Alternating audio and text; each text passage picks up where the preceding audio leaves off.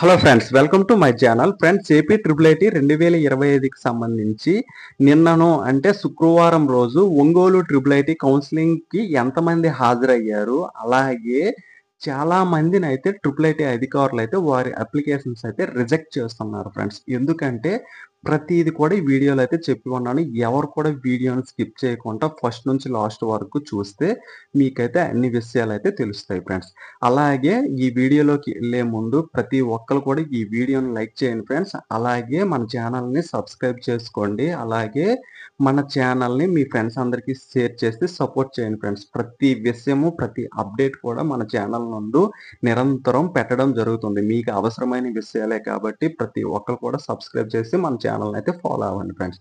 అయితే triple IT అధికారులు చాలా మందిని ఎందుకు రిజెక్ట్ చేస్తున్నారంటే మీ యొక్క పొరపాట్లే ఫ్రెండ్స్. ఎందుకంటే ముందు నుంచే చెప్తున్నాను, మీ అందరూ కూడా లేటెస్ట్ కమ్యూనిటీ సర్టిఫికేట్స్ అయితే మీరైతే కౌన్సిలింగ్కి తీసుకువెళ్ళాలండి. చాలా మంది అయితే లేటెస్ట్ది కాకుండా పాతవి తీసుకెళ్తున్నారు. వాటితో ఇప్పుడు సపోజ్ ఎస్సీ కేటగిరీకి చెందిన వాళ్ళు తీసుకుంటే వాళ్ళకి 3 కేటగిరీలుగా విభజించారు. ఎస్సీఏ, ఎస్సీబీ, ఎస్సీసీ అనేసి. కాబట్టి అందులో ఏది కరెక్ట్ లేకపోయినా వాళ్ళు ఆ విధంగా రిజెక్ట్ చేస్తున్నారు. కాబట్టి అందరూ కూడా ఇప్పటి నుంచే సెకండ్ ఫేజ్కి కూడా అటెండ్ అయిన వారికి కూడా ఇప్పటి నుంచే అయితే మీరు లేటెస్ట్ కమ్యూనిటీ సర్టిఫికేట్ అయితే మీరైతే తీసుకోండి ఫ్రెండ్స్ సచివాలయాల ద్వారా.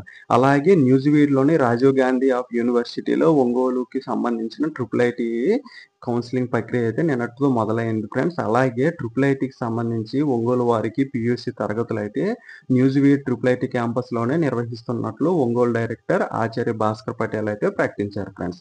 శుక్రవారం న్యూజివీడ్ ట్రిపుల్ ఐటీలో ఒంగోలు క్యాంపస్ పీయూసీ తరగతుల కార్యక్రమాన్ని అయితే లాంఛనంగా ఆయన ప్రారంభించారు.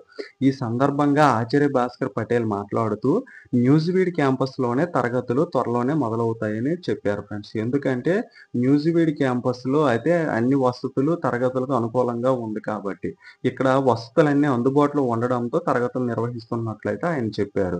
విద్యార్థులు కష్టపడి చదివి తల్లిదండ్రులకు విద్యాలయానికి మంచి పేరు తీసుకురావాలని అయితే ఆకాంక్షించారు. అయితే ఫ్రెండ్స్, ఒంగోలు అలాగే శ్రీకాకుళం వారికి కూడా పీయూసీ తరగతులు మొదటి 2 సంవత్సరాలు అయితే న్యూజివీడ్లోనే నిర్వహిస్తారు ఫ్రెండ్స్. ఇదైతే గమనించండి.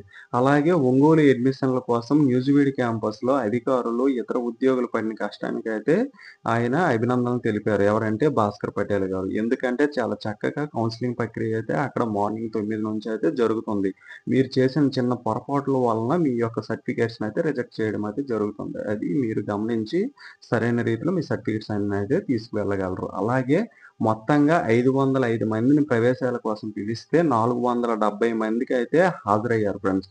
అందులో 40 మందిని వాళ్ళ యొక్క సర్టిఫికేట్స్ కరెక్ట్‌గా లేవని వాళ్ళని రిజెక్ట్ చేశారు. 430 మందికైతే వాలిడేషన్ చేసి సీట్లయితే కల్పించడం జరిగింది. వీరిలో బాలికలైతే 302 మంది, బాలురు 128 మంది అయితే ప్రవేశాలు పొందారు ఫ్రెండ్స్.